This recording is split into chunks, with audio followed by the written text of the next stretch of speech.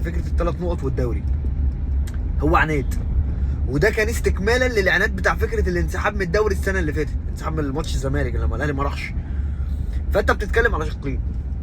طب هتقولي مين الصح؟ اقول لك مش صح. خلاصه احنا ما بنتكلمش غير لما نتظلم، لا اتكلم من الاول.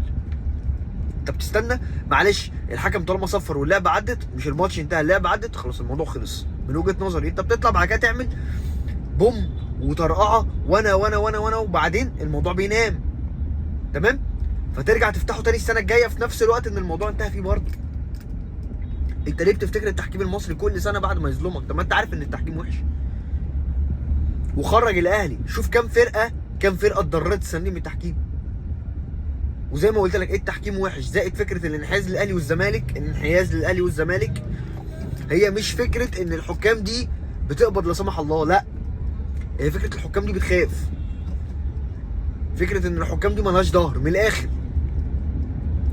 وده هتفضل مشاكلك طول ما انت ما عندكش سيستم، ما عندكش رولز انت بتطبقها.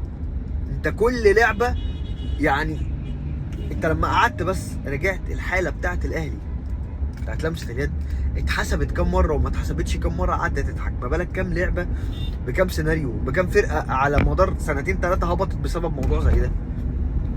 فانت بتتكلم بس الاهلي عشان هو الاهلي عارف يتكلم، لكن الباقي كله مش عارف يتكلم. انا بقول لك خرج الاهلي وبيراميدز والزمالك، الناس اللي هي مالهاش صوت من الاخر. كهربا، بتروجيت، انبي، الفرقه دي كلها اتظلمت قد ايه؟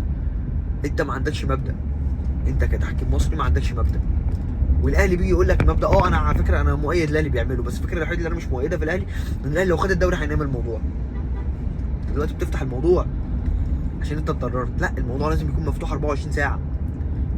احنا حاليا التحكيم المصري فيه مشكله ما فيش حد يقدر ينساها، ما فيش حد يقدر ينكرها.